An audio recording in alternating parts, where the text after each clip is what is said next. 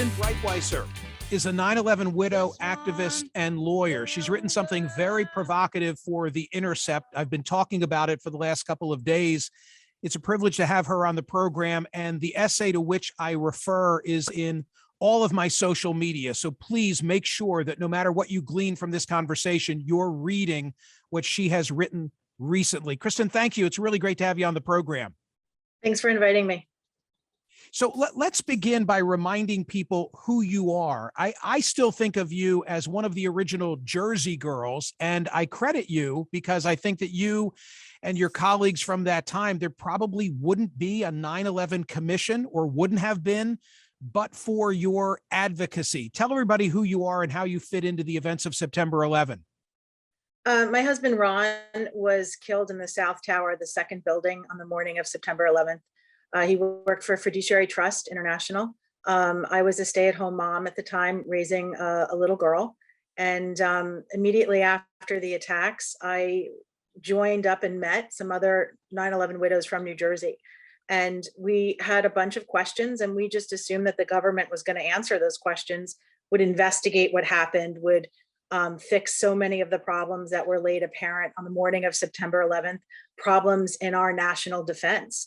And what we learned was that the Bush administration at the time was not terribly interested in investigating those failures. They also weren't interested in holding the terrorists accountable in any kind of prosecution. We believe that the Saudis played a strong role in the 9/11 attacks. And because of the Bush administration's relationship with the kingdom, they were not exactly willing to look at the evidence that they had in order to hold the kingdom accountable. As a result of those things, the widows and I, the Jersey Girls, as we were known at the time, got together and fought for the creation of the 9/11 Commission, because we wanted to investigate the attacks. We wanted to learn lessons. And more than anything, we wanted to make sure that no one else would ever walk in our shoes. We wanted to know that the nation was safer from terrorism. I remember all of those events, and I remember being on air at the time and being an advocate myself for the creation of such a commission. The name that stands out in my mind was not only the Bush administration generally, but Denny Hastert, who was then the speaker and who was resistant to, and very vocal in his resistance to, the whole idea. Thank God we had a 9/11 commission because of your advocacy and that of others. We're 20 years on, and there are still a lot of things that you think we don't know. What's at the top of that list? I mean, obviously, I think that there's a whole host of information that the US government has in its files and has ready access to. And for a whole host of reasons, they're just not sharing that information with the 9/11 families, who are left on our own to prosecute the terrorists. The reality is there were 3,000 homicides on the morning of September 11th. And to date, those homicides have gone unanswered. And I don't quite understand how we live in the United States of America, which is a nation based upon the rule of law, and that there are 3,000 dead bodies that came out of the morning of September 11th, and not one attorney general, not one president, Democrat or Republican, not one US attorney, not one Manhattan district attorney has sought fit to indict and fully prosecute any of the co-conspirators, that they have evidence, plenty of evidence, to hold accountable. And so we want that evidence. We want to have transparency, accountability, and justice for the murder of our loved ones. And we believe as American citizens, we should be given access to that information, and that anyone who played a role in contributing to the vast devastation of that day is held accountable. Because if they're not held accountable, the message to the terrorists is that you can come into this country, you can murder wantonly and get away with it. And that is not a message of counterterrorism that we should be sending out to the world. In your Intercept piece, you wrote, among other things, the 9/11 hijackers did not act alone. Okay, who do you think acted with them? Who enabled, who supported that effort? Right. So there was an enormous support network inside and outside the United States that facilitated the attacks. Whether you want to talk about foreign state sponsors of terror like the Kingdom or the government of Sudan, the government of Iran. In addition to that, there were many failures on behalf of the US intelligence agencies, people in the CIA, in the FBI, in the NSA, people at the FAA, people at NORAD, who failed to carry out their duties that day, and that contributed to the devastation. And so all of those entities, individuals, and agencies should be held accountable. But foremost, of course, is the network of support inside the country that our FBI was carrying out surveillance on, that our CIA was watching as they moved in and out of our borders with great freedom. And those are the support networks that we wanted to hold accountable because, frankly, when you're still getting financial support networks in place that were not shut down, that were not stopped, that were not brought to justice, well, it's just continuing 20 years out, and that leaves us incredibly vulnerable. Again, I want to reiterate, our US government has all of the information it needs, most particularly with regard to the financial support of the terrorists, and the US government chooses to not share that information with the 9/11 families so that we can ensure, because the US government certainly hasn't ensured, that those entities, those charities, those individuals are held accountable for the 3,000 homicides on the morning of September 11th. But be clear, do you think that the support network to which you're referring had knowledge in advance of what was going down? 100%. It's not just my opinion. The 9/11 Commission also has said the same thing. Tom Kane and Lee Hamilton, the former co-chairs of the 9/11 Commission, came out and said publicly that all of the information needed to prevent the attacks was in the pipeline, in the system of our intelligence agencies, and frankly, other intelligence agencies of foreign governments. And the attacks could have and should have been prevented. Why they weren't prevented, I can't say. We've had whistleblowers come forward and explain to us various circumstances as to why particular information was not properly shared. But the reality of the situation is those attacks should not have happened. And to date, 20 years out, all of the individuals that had the information that did not share the information, which in my opinion is a criminal act, have not been held accountable. In fact, with regard to the former director of the CIA, George Tenet, he was given a Medal of Freedom. Kristen, I have to say this. I'm very dubious of the Saudis and have been consistently for the entire 2 decades. I've given voice to everybody who wanted the 28 pages released. I had Brett Eagleson on my CNN program within the last week talking about al-Bayoumi. I know those facts. I think I do. But if it's beyond the guy who facilitated 2 of the hijackers in San Diego, and if it's an entire network, then I say, man, that's a massive conspiracy. And wouldn't someone have broken, and wouldn't that evidence have by now come before the American people? I mean, you say, quote, many are fully aware, and you question, that nobody speaks out. Why would no one have spoken out who knows more about that? I think it's predominantly a faculty of 3 things. It's political expediency, it's cover up, and it's embarrassment. And I think, if you want to just talk about the Saudis, the kingdom, unfortunately, our government has made a choice, a foreign policy decision to get in bed with the Saudis. And so, in my opinion, the Saudis are given free license to do whatever they want to do. And that's because they have a lot of oil and they have a lot of money.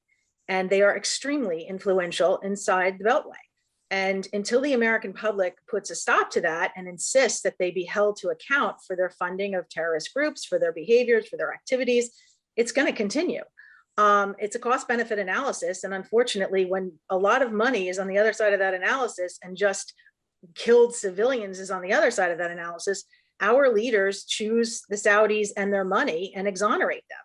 We're talking now, though. We're talking now about 4 American presidents, right? 2 Democrat, 2 Republican. Do they all get corrupted by this Saudi reliance once they get into the Oval Office? I can tell you this: President Clinton, President Bush, President Obama, President Trump, and I'm still holding out hope for President Biden to be the one different one. All of those prior presidents have sided with the Saudis. I can give you specific instances. President Bush tried to block the 9/11 Commission, block the 28 pages. President Obama blocked the 28 pages for the 7 full years of his administration, blocked the Justice Against Sponsors of Terrorism Act, which we were trying to hold the Saudis accountable in court. President Obama, his one veto in office that was overridden by Congress was because he stood in the way of the 9/11 families holding the Saudis accountable in court. I don't think a lot of people know that. People should know that President Obama did that to the 9/11 families. It's reprehensible. And President Trump President Trump was on a campaign trail talking about how he was going to hold the Saudis accountable. And the next thing you know, he's rubbing magical orbs and, making excuses for MBS, Mohammed bin Salman, and his alleged role in the Khashoggi killing. So what we're asking right now from President Biden, and what I hope he will do for us, is to be the first president that is going to give us access to the information that we need to hold terrorists accountable so that we can be safer and so that our loved ones' lives were not lost in vain. And I want to say this. Yeah. Let me say this. When you look at what President Biden did in February and how he released the Khashoggi documents and the Khashoggi evidence in order to hold a sitting Saudi crown prince and his Tiger Squad accountable, there seems no reason why the 9/11 families should not, A, be given all of the evidence related to 9/11, and B, be allowed to hold anyone accountable for those murders. You're talking about evidence in the Khashoggi case that involved the private communications of a sitting Saudi prince between himself and his intelligence people. How is that information given freely to the American public? And yet the 9/11 families cannot get basic wiretap information from 20 years ago that involved bin Laden talking to his operatives, planning attacks like the USS Cole and the 9/11 attacks. It's unacceptable. And at this point, we want the information, we want the evidence, we want everyone held accountable, because that is the only way we know something like 9/11 will never be repeated. Okay, so if you got everything you're looking for, what do you think it would show? What's the short version? You've been paying very close attention to all of this. You've been dogged in your pursuit of the truth on your husband's behalf and on behalf of 3,000 other families. What do you think it would show? I think it would show that the American public needs to get a lot more engaged in the foreign policy decisions of this country. I think that's what it would show. I think it would show that some of our allies are not really our friends. And I think it would show that our intelligence agencies need to get their acts together. And I think it would also explain why we've had so many missteps in the last 20 years. And that, in my opinion, is because none of this information was given to the American public that people be held moved from positions. And so that going forward, we would not be condoning such bad acts. Khalid Sheikh Mohammed was in a courtroom in Gitmo this week for the first time in a long time. I have labored under the view that the reason, you make the point in your Intercept piece that your husband's death certificate says homicide. And you ask, and this is another issue on which I have been there in the same corner as you from the get-go, why weren't these guys tried in the Southern District? Why wasn't that precedent followed instead of storing them at Gitmo? I've always believed, well, they were taken to Gitmo because of all the torture-related issues, that then all of that which happened at the black sites would come into the court of law and it would be tainted, fruit of a poisonous tree, yada, yada, yada. In fact, Ken Delanian just had a really great piece for NBC that I was reading last night about Khalid Sheikh Mohammed, what's the history of the others, and so on and so forth. But I'm hearing Kristen Breitweiser tell me it's a lot more complicated than that. It's not just the tainted evidence that would come out if KSM and the others had been promptly tried in the Southern District. There's more to it. Can you explain to my audience what I'm referring to? First, am I correct? And second, what are we talking about? First of all, you're absolutely correct. When it comes to 9/11, unfortunately, there's always a lot more to it. There's a lot of layers involved. When you look at the detainees in Guantanamo, first and foremost, the layer number one that is problematic for us to get justice, to have open trials in Article 3 courts, is the fact that they were tortured. And so because they were tortured, all of the information that was gleaned during their torture is not usable. And also it would come out that they were tortured, which is problematic for the CIA who did the torture. To me, the larger problem that surrounds Guantanamo and the detainees is the fact that someone like Khalid Sheikh Mohammed, he was tortured, he gave information. In addition to that, the 9/11 Commission went down and asked questions, quote unquote, of Khalid Sheikh Mohammed, and they used his answers to base their entire narrative of the 9/11 attacks. And when you look at Dianne Feinstein's report on torture, you learn that any information that is given during torture is not reliable. It's not credible. And yet we have a 9/11 commission that based its entire understanding of the 9/11 attacks, the who, what, where, when, why, and how, on Khalid Sheikh Mohammed's quote unquote questioning, which was really torture. We found out about it after the fact, the widows and I, and we were very upset that torture was used by the commission to get information that they used in their report.